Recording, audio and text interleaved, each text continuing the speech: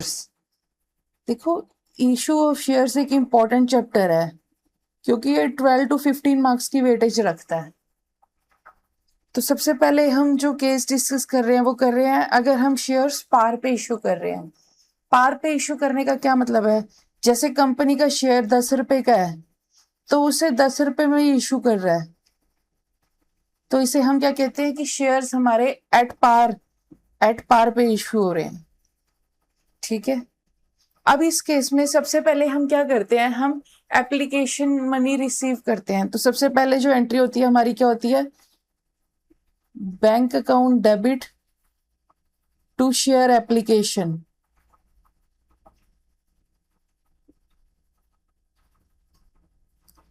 उसके बाद हम क्या करते हैं, इस पैसे को ड्यू करते हैं। तो एंट्री होती है हमारी शेयर एप्लीकेशन अकाउंट डेबिट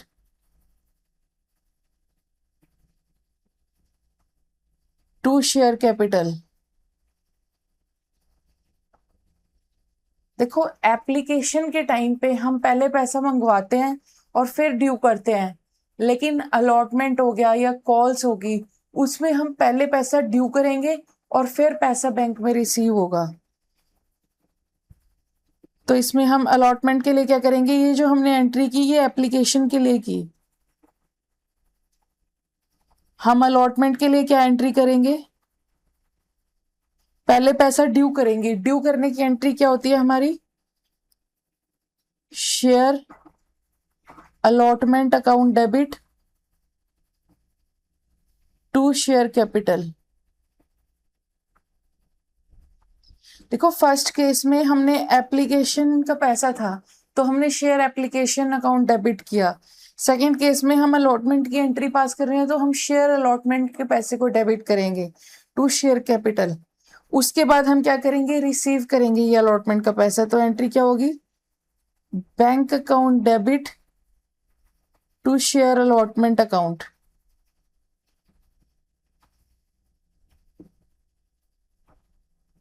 उसके बाद अगर कॉल्स दी हुई हैं, सपोज हमें फर्स्ट और सेकंड कॉल दी हुई है,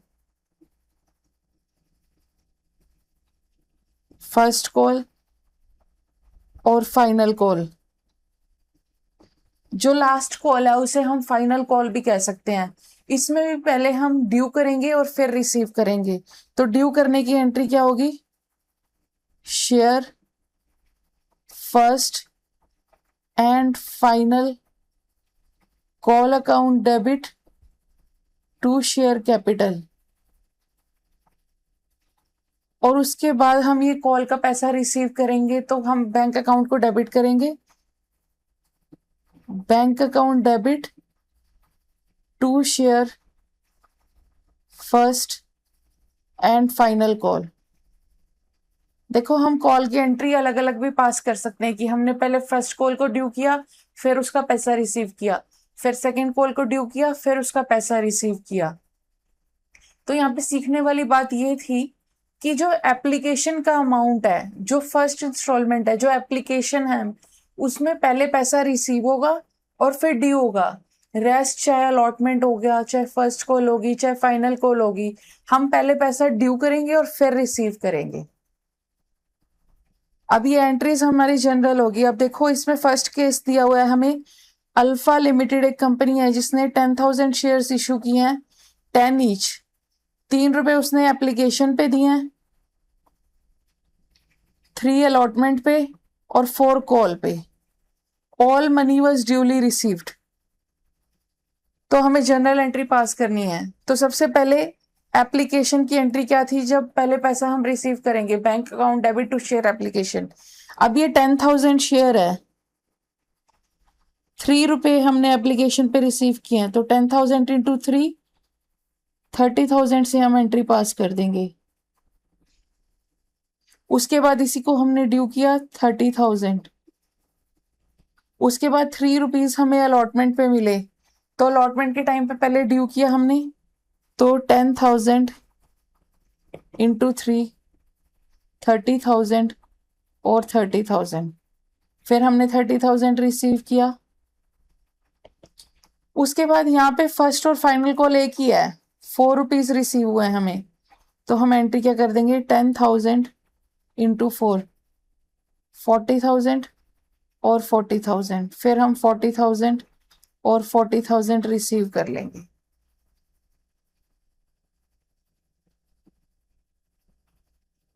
ये हमारा बेसिक केस था जब हमने शेयर्स एट पार पे इशू किए। वर्ड शेयर एप्लीकेशन लिखा है, हम वहां पे साथ में इक्विटी भी लिख सकते हैं क्योंकि जनरली ये इक्विटी शेयर्स का पैसा है।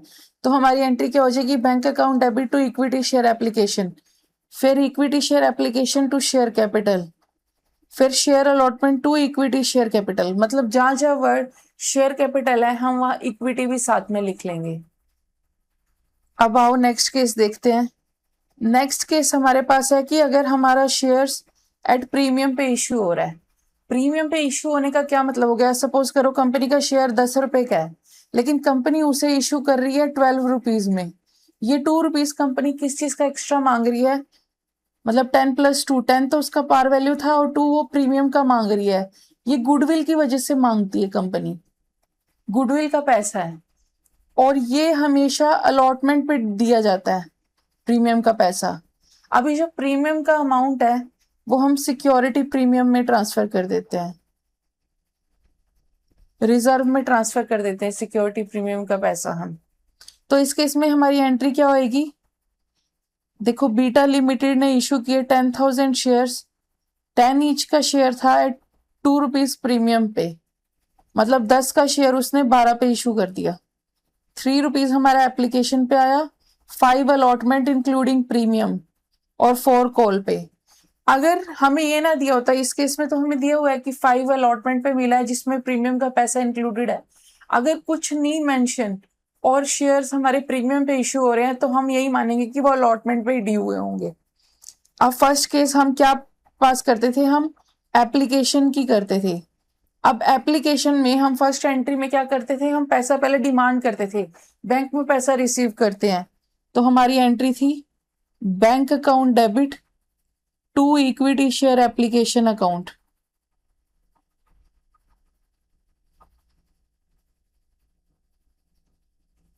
और ये 10,000 रुपी शेयर्स हैं और 3 रुपीज हमारे एप्लीकेशन पे रिसीव हुए हैं, तो 30,000 से हम एंट्री कर देंगे। उसके बाद ये हम एंट्री ड्यू करेंगे इक्विटी शेयर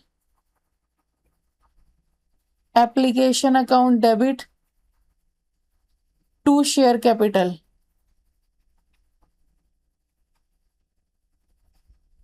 ये फर्स्ट 2 एंट्री हमने एप्लीकेशन के टाइम पे पास कर दी, ये सेम ही रहती है चाहे शेयर्स हम पार पे इशू करें चाहे प्रीमियम पे इशू करें।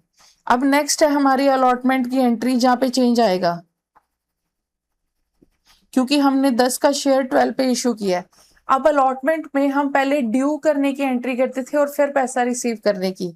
तो हम एंट्री करते थे equity share allotment account debit to share capital, लेकिन अब हमें प्रीमियम भी रिसीव हुआ है तो हम यहाँ एंट्री करेंगे टू सिक्योरिटीज प्रीमियम अकाउंट। अब देखो अलॉटमेंट पे हमें 5 रिसीव हुआ है इंक्लूडिंग प्रीमियम और हमारे पास 10,000 शेयर हैं, तो डेबिट तो हम 10,000 इंटू 5 ही कर देंगे 50,000, लेकिन शेयर कैपिटल में हम वही अमाउंट ट्रांसफर करेंगे प्रीमियम एक्सक्लूड करने के बाद जो आएगा।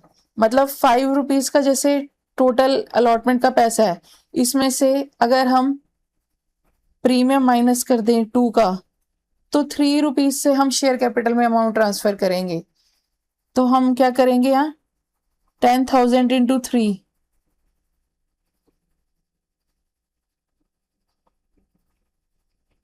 एक्सक्लूडिंग प्रीमियम हम कॉल का पैसा मांगेंगे 10,000 इंटू 3 30,000 और प्रीमियम में हम कितना अमाउंट ट्रांसफर कर देंगे 2 रुपीज 20,000। अब ये तो ड्यू करने की एंट्री होगी, लेकिन अलॉटमेंट में जब हम पैसा रिसीव करेंगे तो वो पूरा 50,000 ही कर देंगे। तो हम एंट्री क्या करेंगे bank account debit to equity share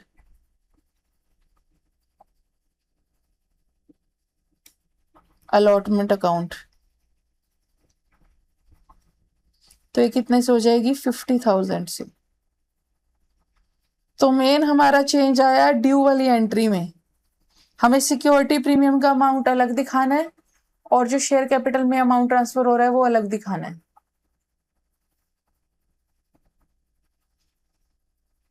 ये हमारा केस था shares issued at premium. Over subscription का, कि मान लो हमारे पास एप्लीकेशन तो थी 10,000 शेयर्स के लिए हमने भेजी थी, लेकिन अप्लाई कर दिया 12,000 लोगों ने, 2,000 लोगों ने जो एक्स्ट्रा एप्लीकेशन दे दी, इसे हम क्या कहते हैं, ओवर सब्सक्रिप्शन। इस केस में हम बैंक से पैसा रिफंड लेते हैं, बैंक से रिफंड ले लेते हैं हम पैसा।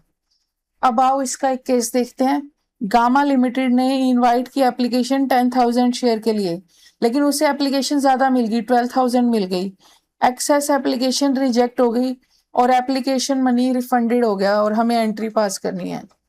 अब इसमें @3 पर शेयर लिख लो, ये मेंशन नहीं है इसमें। अब हम कैसे एप्लीकेशन की एंट्री पास करेंगे? देखो, एप्लीकेशन के केस में सबसे पहले पैसा तो हम रिसीव करते हैं, हम रिसीव तो पूरा ही कर लेंगे 12,000 एप्लीकेशन पे, 12,000। तो हम एंट्री क्या करेंगे, bank account debit to equity share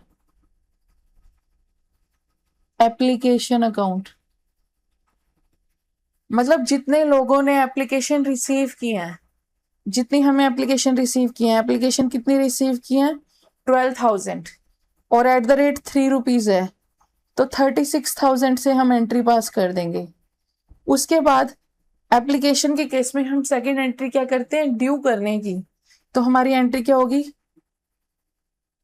equity share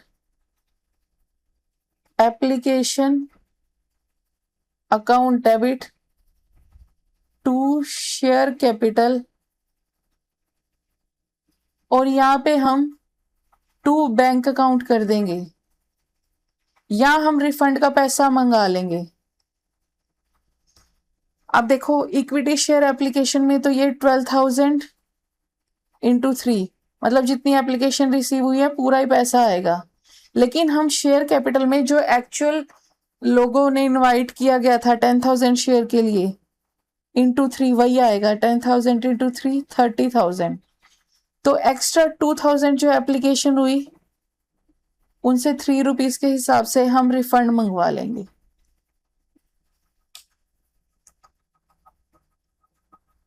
तो ये केस ये था कि हमने एप्लीकेशन तो कम लोगों के लिए दी थी, लेकिन एप्लीकेशन हमें एक्स्ट्रा रिसीव होगी।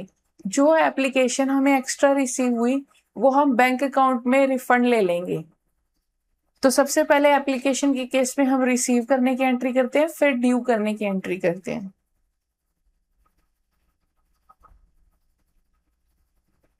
डेल्टा लिमिटेड ने इनवाइट किए 10,000 शेयर, लेकिन उससे रिसीव हो गए 15,000। देखो, हमने 10,000 लोगों के लिए एप्लीकेशन भेजी थी, लेकिन 15,000 लोगों ने एप्लीकेशन रिसीव कर ली, तो ये भी ओवर सब्सक्रिप्शन का केस है।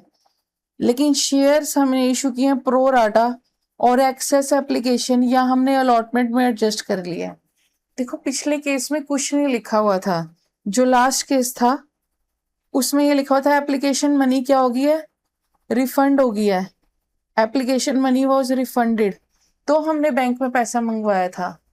लेकिन इस केस में देखो, यहाँ पे क्या मेंशन है कि एक्सेस एप्लीकेशन मनी हमने अलॉटमेंट के लिए एडजस्ट कर लिया है। तो इस केस में क्या एंट्री होगी, देखो एप्लीकेशन के टाइम पे फर्स्ट एंट्री में तो हम पैसा मंगवाते हैं, तो हमारी फर्स्ट एंट्री थी वह सेम रहेगी, bank account debit to equity share application account, और ये @3 पर शेयर है। तो 15,000 एप्लीकेंट से ₹3, 45,000 हमने रिसीव किया। अब सेकंड में हम ड्यू करने की एंट्री करते हैं। हम क्या एंट्री पास करेंगे, इक्विटी शेयर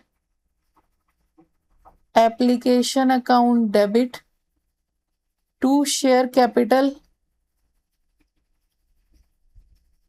और यहाँ हम क्या कर देंगे, टू शेयर अलॉटमेंट, क्योंकि उसने क्या कहा है जो एक्सेस पैसा है वो हम अलॉटमेंट में एडजस्ट कर लेंगे। तो अब यह आएगा हमारा 45,000। शेयर कैपिटल में तो हम 10,000 शेयर जितने की एप्लीकेशन भेजी है, 10,000 इंटू 3 30,000 और 5,000 इंटू 3 ये हम अलॉटमेंट में एडजस्ट कर लेंगे। ठीक है, हमारे पास आता है कॉल्स इन अरियर का। अगर कोई शेयर होल्डर है जो कॉल का पैसा नहीं देता तो उसे हम कहाँ ट्रांसफर कर देते हैं, कॉल्स इन अरियर अकाउंट में। हम क्या कर देते हैं, कॉल्स इन अरियर डेबिट कर देते हैं उस केस में, अगर किसी शेयर होल्डर ने कॉल का पैसा नहीं दिया। अब इसमें देखो ओमेगा लिमिटेड ने फाइनल कॉल थी जो 4 rupees per share on 10,000 share. Mister x थे जिनके पास 500 शेयर्स थे, उन्होंने फाइनल कॉल की पेमेंट नहीं करी और हमें calls in arrear account open करना है। अब इसमें फाइनल कॉल में क्या होता है, कॉल्स में क्या होता है, हम पहले पैसा ड्यू करते हैं।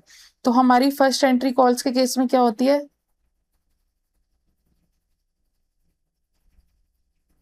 Equity share final call account debit to share capital. अभी कितने हैं, 10,000 share into 4 rupees per share, तो ये आ गया 40,000। उसके बाद हम क्या कहते हैं, पैसा रिसीव करते हैं, तो हम क्या करेंगे, bank account debit to equity share final call. और इसमें हम क्या करेंगे, कॉल्स इन अरियर को डेबिट करेंगे,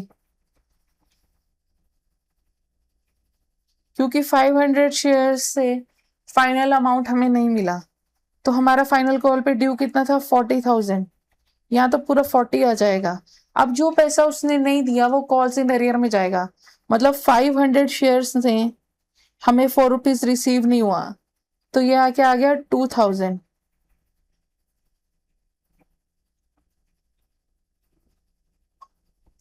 तो जो बैलेंसिंग फिगर है उसे हम बैंक अकाउंट में डेबिट कर देंगे 38,000।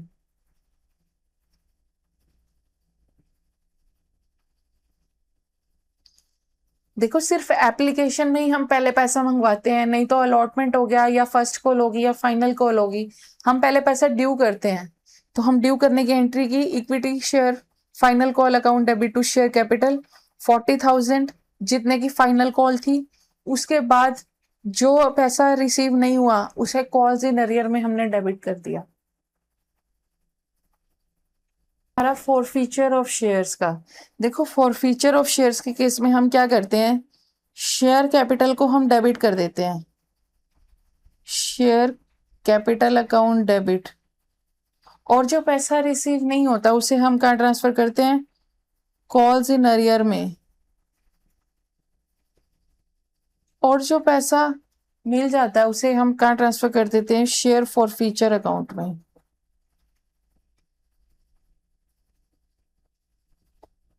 अब देखो गामा लिमिटेड ने फॉरफिट किए 500 शेयर्स, 10 का शेयर था और 10 ही कॉल अप किए, मतलब एट पार पे फॉरफीचर हुआ, लेकिन उसने पे किए सिर्फ 6।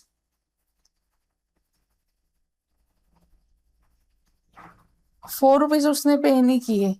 अब उसने जितने पे नहीं किए, सबसे पहले तो 10 कॉल्ड अप थे, तो 500 शेयर से 10, तो ये 5,000 आ गया। अब उसने कितने पे कर दिए, उसने पे किए 6, तो ये शेयर फॉरफीचर में आ जाएगा जो अमाउंट उसने पे कर दिया है, और जो पे नहीं किया वो कहाँ जाएगा, शेयर फॉरफीचर में।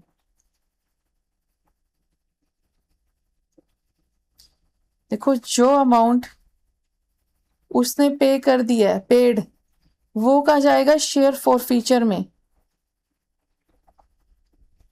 और जो उसने पे नहीं किया, नॉट पेड, वो हमारा कहाँ जाएगा, कॉल्स इन अरियर में। शेयर फॉर फीचर के केस में हम शेयर कैपिटल को हमेशा डेबिट ही करते हैं।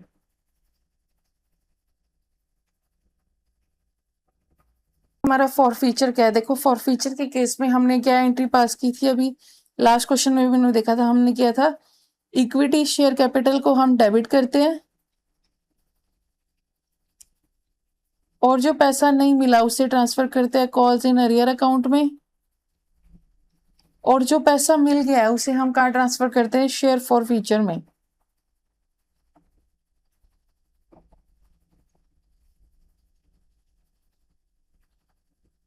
अब इसमें क्या है, ओमेगा लिमिटेड ने फॉरफिट किए 400 shares at the rate 10 each, issued at 2 rupees के प्रीमियम पे, लेकिन allotment including premium was received.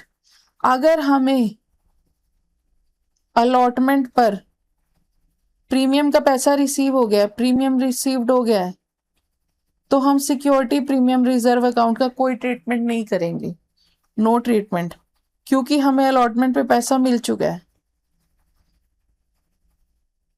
तो इस केस में हम कैसे एंट्री पास करेंगे, देखो 400 शेयर्स थे, हमें फाइनल कॉल रिसीव नहीं हुई 3 रुपीज की, और 400 शेयर्स इंटू 10 4000 ये आ गया। अब हमें 3 रुपीज की फाइनल कॉल रिसीव नहीं हुई, तो कॉल्स इन अरियर हमारा कितना हो गया, 400 इंटू 3 1200, तो बचा हुआ पैसा कितना हुआ, 400 इंटू 7 रुपीज, क्योंकि हमें यहाँ टोटल 7 + 3 10 से एंट्री पास करनी है, 12 से नहीं, क्योंकि प्रीमियम का पैसा हमारा उस पे रिसीव हो चुका है अलॉटमेंट पे, तो हम प्रीमियम को कंसीडर नहीं करेंगे। तो कॉल्स इन अरियर में कितना आएगा, 3 रुपीज के हिसाब से जो उसने पे नहीं किया, और जो बाकी 7 है ये यहाँ आ जाएगा शेयर फॉर फ्यूचर में।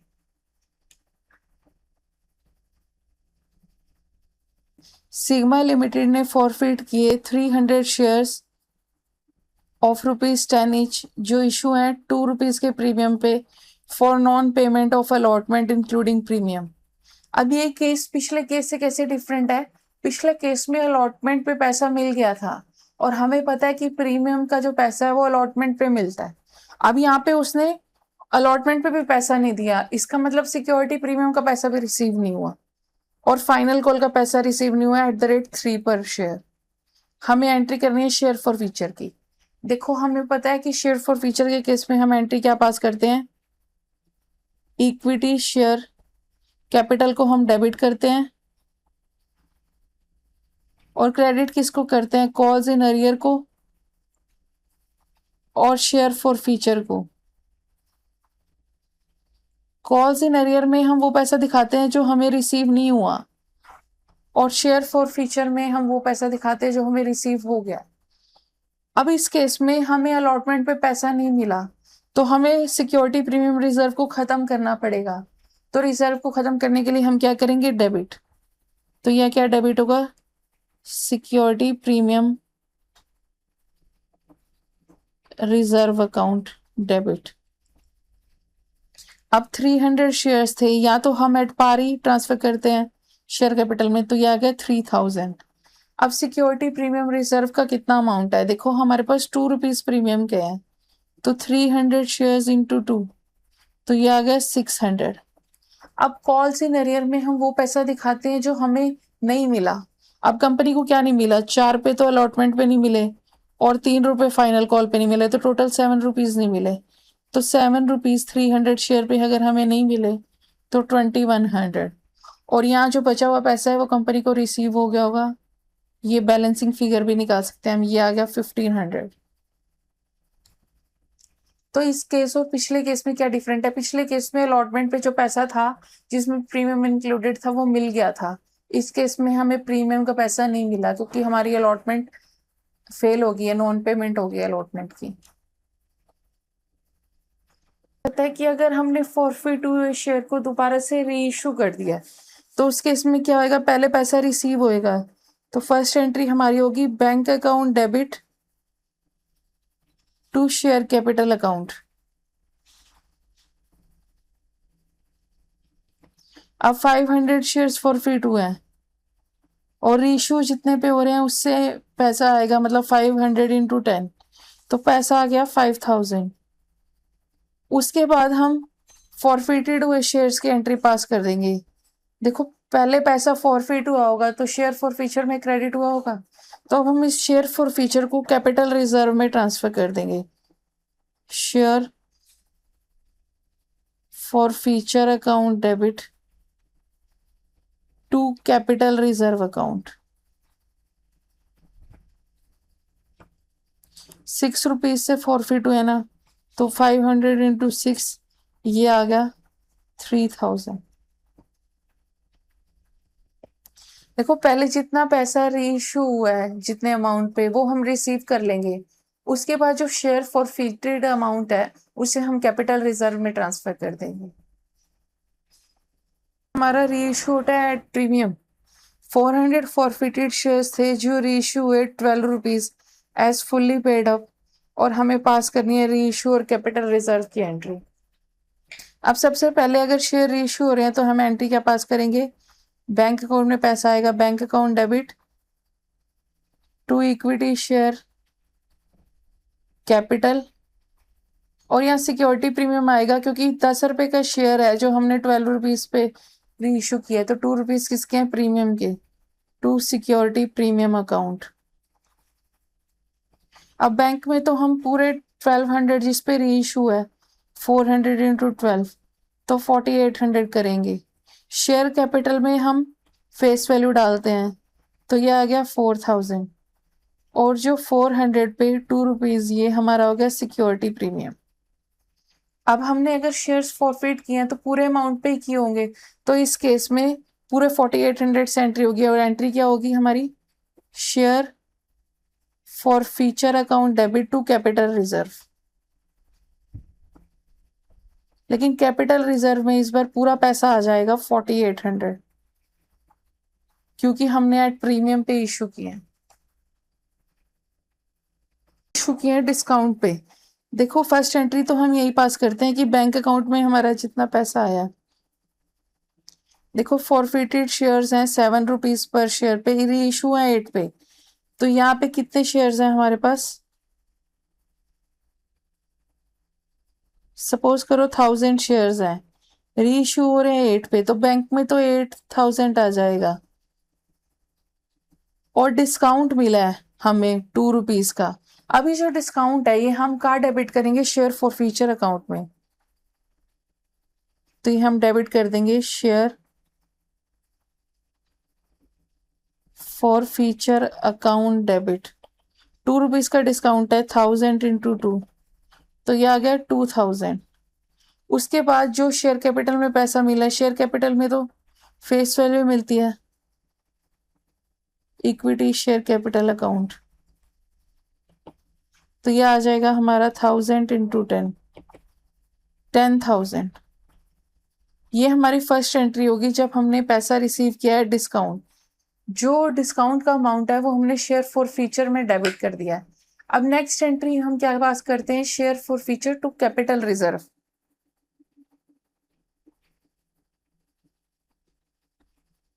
ये किससे पास करते हैं हम? फॉरफिटेड अमाउंट से, share forfeiture to capital reserve account. अब उसने कितने रुपए पर फॉरफिट किए हैं?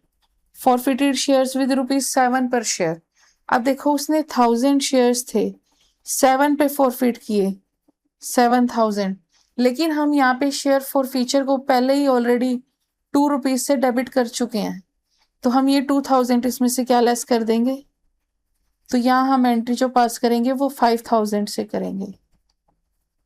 देखो यही केस है जब हम रीइश्यू करते हैं डिस्काउंट पे, तो सबसे ज्यादा स्टूडेंट गलती करता है। जो पैसा हम शेयर फॉर फीचर में जब डेबिट कर चुके हैं तो उसे हम फॉरफिटेड अमाउंट से लेस करेंगे, तो इसलिए हमने जो 7 रुपीज पे फॉरफिट हुआ उसमें से ये 2 रुपीज पर शेयर लेस किया।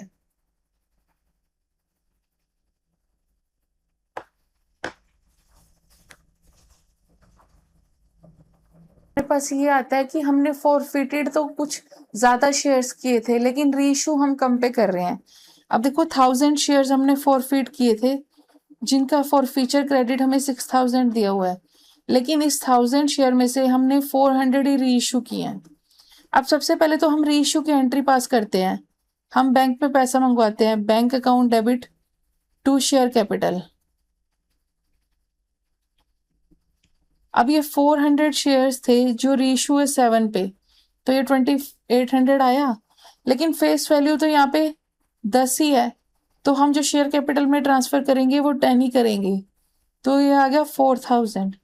अब जो बचा हुआ पैसा है उसे हम कहाँ डेबिट करेंगे? शेयर फॉर फीचर अकाउंट में। तो share forfeiture account debit, ये कितना आ गया? 1200। अब सेकेंड केस में हम क्या करते हैं? सेकेंड एंट्री में हम ये जो फॉरफिटेड अमाउंट है उसे कैपिटल रिजर्व में ट्रांसफर करते हैं। हम एंट्री क्या करते हैं?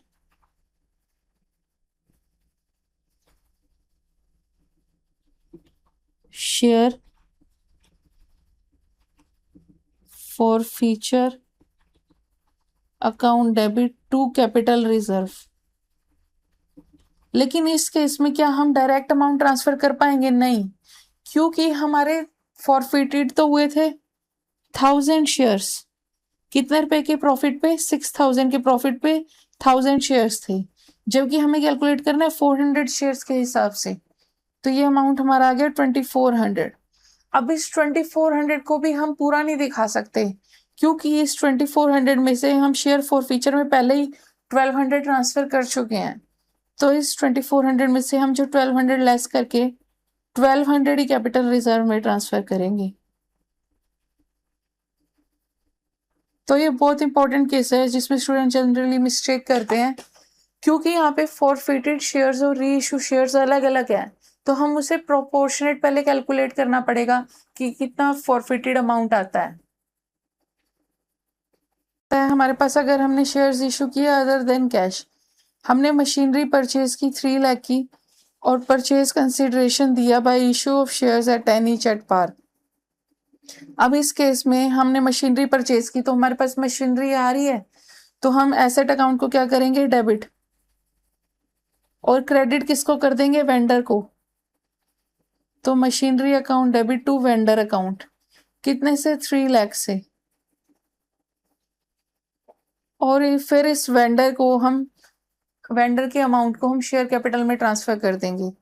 तो हम क्या एंट्री पास करेंगे? Vendor account debit to share capital account. 3 lakh और 3 लाख, मतलब 30,000 shares at the rate 10 each, क्योंकि इक्विटी शेयर्स ₹10 के issue at par.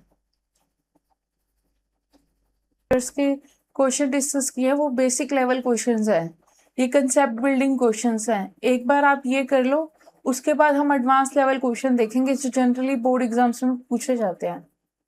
That's all for today, thank you.